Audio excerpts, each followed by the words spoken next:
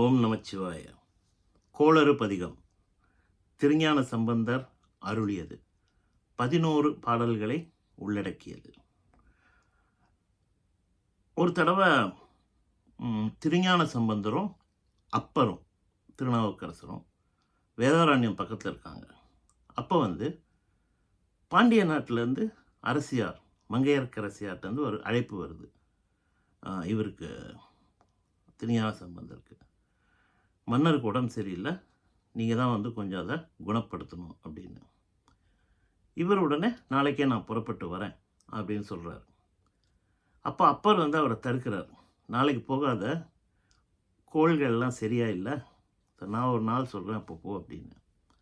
அப்போ திருஞான சம்பந்தர் சொல்கிறாரு, ஈசன் இருக்கிறப்போ எல்லா நாளும் நல்லது தான், இதில் வித்தியாசமே கிடையாது அப்படின்னு சொல்லிட்டு தான் இந்த 11 பாடல்களை எழுதுகிறாரு. அதுதான் கோளறு பதிகம். வேயுறு தோழி பங்கன் விடமுண்ட கண்டன் அப்படின்னு ஆரம்பிக்கும்.